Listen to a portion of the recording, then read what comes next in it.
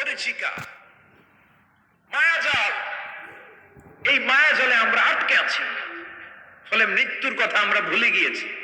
পাগলের মতো ছুটছি, আরো টাকা লাগবে, আরো খ্যাতি লাগবে, আরো যশ লাগবে, আরো দাপট লাগবে। আমার এত টাকা দিয়ে কি হবে? এত সম্পদ দিয়ে কি হবে? এত ব্যস্ততা দিয়ে কি হবে তোমার? স্টপ, থামুন, অনেক হয়েছে। আম্মা, থামুন। Take a rest, take a breath, and think about death. Think that you have to go back to your Lord.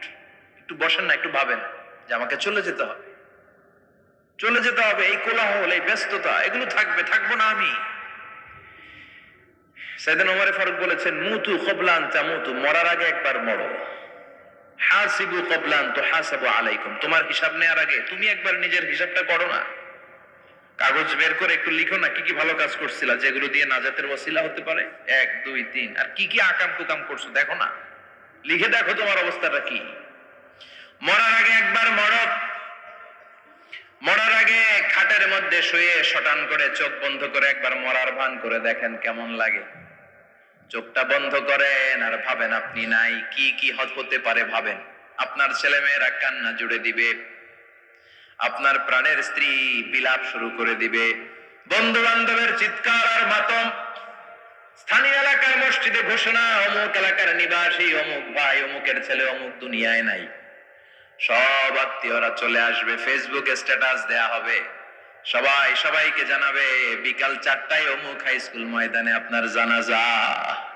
ছুটে আসবে, সবাই ছুটে আসবে আপনাকে শেষ বিদায় দিতে, গুড বাই জানানোর জন্য। আল ওয়াদা, বিদায় জানাতে আসবে সবাই। 4 তাকবীর দিয়ে আপনার জানাজা হবে, অশ্রুসিক্ত জানাজায় আপনার বিদায় হবে। কাঠের খাটিয়ার মধ্যে করে কাঁধে তুলে আপনার কবরে নেওয়া হবে। আগে থেকে খুঁড়ে রাখা কবরটার মধ্যে আপনার বিছিয়ে দেয়া হবে। বাঁশের কচি দিয়ে তার উপরে মাটির চাপা দিয়ে সব চলে যাবে। ভাবেন না একবার চোখ বন্ধ করে, this is the circle of life, this is the nature of life. এটা সবার হবে, আমার হবে, আপনার হবে। এত মায়া, এত ভালোবাসা কই যাবে? কেউ থাকবে না, সবাই আপনার অন্ধকার কবরে রেখে দিয়ে চলে আসবে। উপরে বাঁশের কঞ্চি, তার উপরে মাটির চাপা, অন্ধকার আর অন্ধকার। এই অন্ধকার যেন শেষ হতে চায় না, শুধুই অন্ধকার, ঠিক কিনা? এজন্য আমাদের চলে যেতে হবে। দাদা গেল, চাচা গেল, মামা গেল, আমাদেরকেও যেতে হবে, জোরে কোন ঠিক কিনা? একদিন মাটির ভেতরে হবে ঘরে মন আমার, কেন বন্ধ দালান ঘর, প্রাণ পাখি উড়ে যাবে পিঞ্জর ছেড়ে।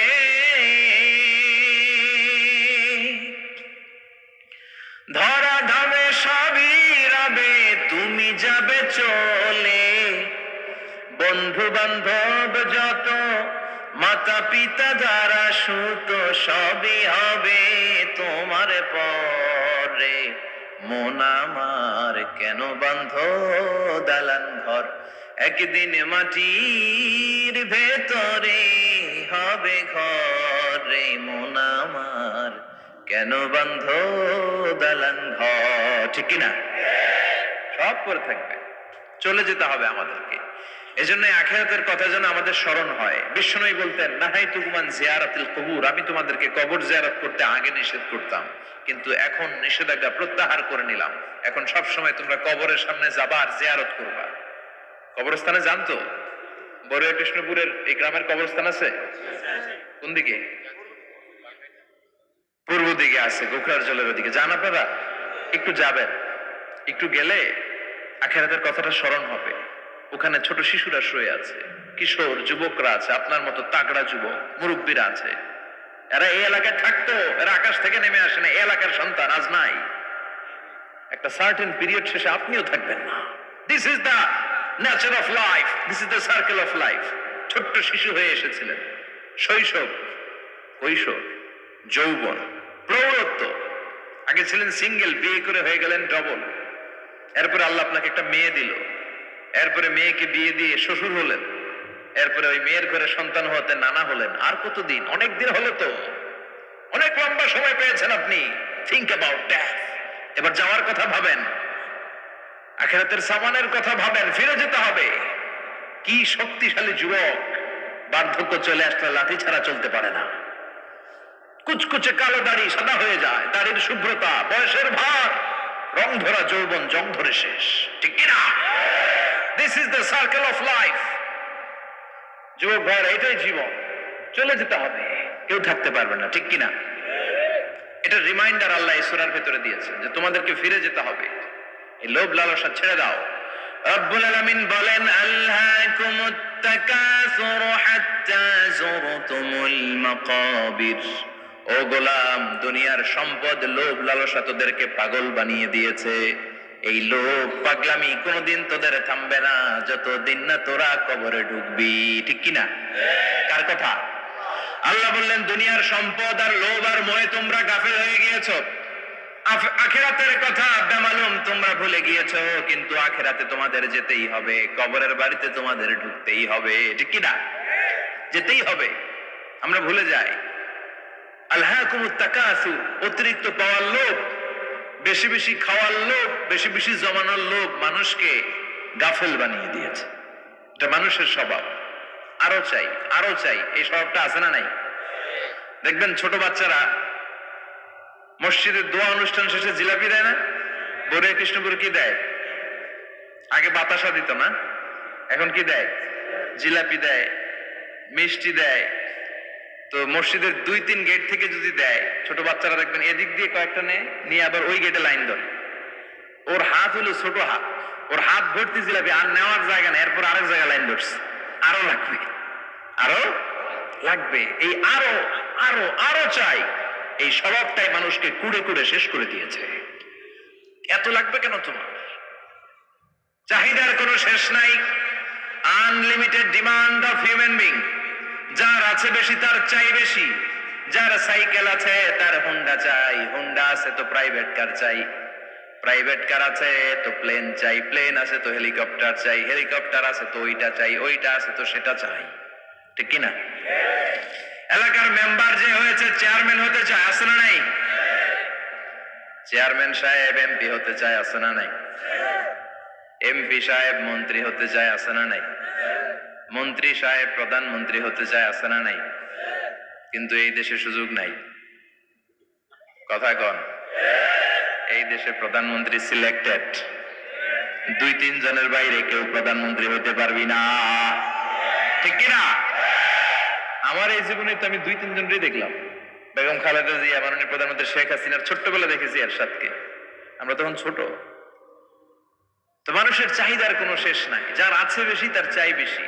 এজন্য বিষ্ণু বলেছেন উনজুরু ইলা মান হুয়া আসফালা মিন, তোমার চেয়ে যে খারাপ আছে ওর দিকে তাকাও।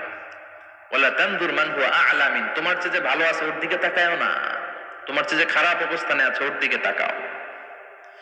অনেকে নিজের অবস্থান নিয়ে সুখী না, এরকম আছে না নাই? আল্লাহ আমার এটা দিল না রে, ওইটা দিল না রে, পাইলাম না রে, কিচ্ছু হয় না, কি করবো জীবনে, হতাশ। আসলে আছে কিন্তু অনেক, কিন্তু শুকরিয়া নাই, টাকা, ঠিক কিনা? নিজের অবস্থান নিয়ে সুখী না, কিন্তু অনেক লোক আছে তারা আপনার অবস্থানে পৌঁছতে চায়। তাদের দিকে তাকিয়ে দেখেন, আপনি যে অবস্থানে আছেন এই অবস্থানে পৌঁছাটা অনেকের কাছে স্বপ্ন। তারা প্রতিনিয়ত সংগ্রাম আর স্ট্রাগল করে যাচ্ছে আপনার অবস্থানে পৌঁছতে, আর আপনি এটা নিয়ে সন্তুষ্ট না। শেখ সাদির নাম শুনেছেন? বালাগাল উলা কাশাফাত দুজা, এই কবিতাটার রচয়িতা, ইরানের বিখ্যাত এক কবি। উনি একবার আর্থিক সমস্যার মধ্যে দিয়ে সময় কাটাচ্ছেন, টাকা নাই, পয়সা নাই, পায়ে দেওয়ার মতো জুতা নাই। উনি খুব দুঃখ পেলেন, হায় রে, আমি ইরানের এত বড় কবি, আমার পায়ে দেওয়ার মতো জুতা নাই। দুঃখ ভরা মন নিয়ে রাস্তায় হাঁটতে বেরোলেন। হাঁটতে হাঁটতে হঠাৎ দেখলেন একটা লোক শুয়ে শুয়ে কাঁদছে, ওই লোকটার 2টা পাই নাই, পাই নাই। উনি সেজদায় পড়ে গেলেন, আল্লাহর কাছে ক্ষমা চাইলেন, আল্লাহ অনেক দিয়েছো, শুকর আলহামদুলিল্লাহ। এজন্য যেই পরিস্থিতিতেই থাকি না কেন আমরা কি পড়বো? জোরে বলেন, কি পড়বো? এজন্য কানাতু মিনাল ইসলাম, অল্পে তুষ্ট থাকার নাম হলো ইসলাম। সম্পদ লাগবে কিন্তু সম্পদের পাহাড় লাগবে না, ঠিক কিনা? অল্প খান, অল্প পড়েন, অল্প জমান, অল্পের ভেতরে বরকত ঢুকায়া দিছে কে? দেখবেন যাদের সম্পদ অল্প তারা সুখী বেশি। জরিপে এটা দেখা গিয়েছে, অনেক সার্ভেতে এটা এসেছে, যারা সম্পদশালী এরা দুঃখী বেশি, এদের দুঃখ বেশি। টেনশন বেশি, খুব স্বাভাবিক। টাকা যার বেশি, রোগ তার বেশি। টাকা যার বেশি, টেনশন তার বেশি। টাকা যার বেশি, ঘরে শান্তি তার কম। আছে না নাই? ঘরের ভেতরে অশান্তি, ছেলে কথা শোনে না, ছেলে টানে গাঞ্জা, মেয়ে করে পরকিয়া। আছে না নাই? স্ত্রী কথা শোনে না, ভালোবাসা নাই, ঘরটা জাহান্নামের টুকরা। রোগ বালাই, এক একটা হসপিটাল বিল পরিশোধ করতে মাসে 5 লাখ 10 লাখ। আছে না নাই? কিছু খেতে পারে না, ডাক্তার একেবারে ডায়েট মেনু বেঁধে দিয়েছে। Diet, very diet menu. এটা এটা এটা এটা কিছুই খাবেন না, শুধু গরু খাবেন না, খাসি খাবেন না, চিংড়ি খাবেন না, খালি ঘাস খাবেন। ইচ্ছে মতো ঘাস খাবেন, মানে ঘাস জাতীয় যত আইটেম আছে সব খাবেন। শাক খাবেন, সবজি খাবেন, সালাদ খাবেন। গরু, চিংড়ি, মুরগি, গোশত, ইলিশ কিছু খেতে পারে না। তাহলে রোগ বেশি, খাওয়ার মজা নাই, ঘরে সাংসারিক শান্তি নাই, খালি বেড়াম আর বেড়াম। ঠিক কিনা? কিন্তু সম্পদের পাহাড় গড়েছে। আর অল্প যারা খায়, অল্প পড়ে, রিক্সাওয়ালা, কুলিওয়ালা, অল্প বেতনের চাকরি, কিন্তু হক হালালি মেনে চলে, দেখবেন শান্তি আছে অনেক। হ্যাঁ, বাসা ভাড়া দেয়, ফ্যামিলি চালায়, বাচ্চাদের স্কুল বিল, এরপরও মাস শেষে 1-2 হাজার টাকা হাতে থেকে যায়। আরো প্রতি মাসে 10 কোটি টাকা ইনকাম, তারপরও ব্যাংকের ঋণ আছে না নাই? সুখ কারে বলে? কিভাবে আপনি সুখকে ডিফাইন করবেন? সুখ তো টাকায় কিনা যায় না। শান্তি টাকা দিয়ে হয় না, শান্তি দেওয়ার মালিক কে? শান্তি আছে অল্প খেয়ে শুকর করার মধ্যে, শান্তি আছে আলহামদুলিল্লাহর মধ্যে। চিল্লায় বলেন ঠিক কিনা? এজন্য অল্প খাবো, অল্প পড়বো, অল্প জামাবো, অল্পের ভেতরে বরকত দিয়েছে কে? দেখেন, ধনী ভাইরা খেতে পারে না, কিন্তু রিক্সাওয়ালার কি সমস্যা হয়? রিক্সাওয়ালারা সব খেতে পারে। কুলিওয়ালা, দিন মজুর, এরা একেবারে স্লিম সুঠাম দেহি, মেদহীন পেট, পেটে কোনো মেদ নাই, ভুড়ি নাই। আর কোটিপতিদের মেদ আছে না নাই? এত বড় বড় পেট। ঠিক কিনা? আমাদেরও পেট আছে, তবে হালাল পেট। এটা হারাম টাকা দিয়ে এই ভুড়ি বানাই নাই আমরা। ছেলে বলেন ঠিক কিনা? রিক্সাওয়ালা, কুলিওয়ালা নিজেও নামাজ পড়ে, বউ নামাজ পড়ে, বাচ্চাটাও নামাজ পড়ে, রিক্সা চালায় আর জিকির করে লা ইলাহা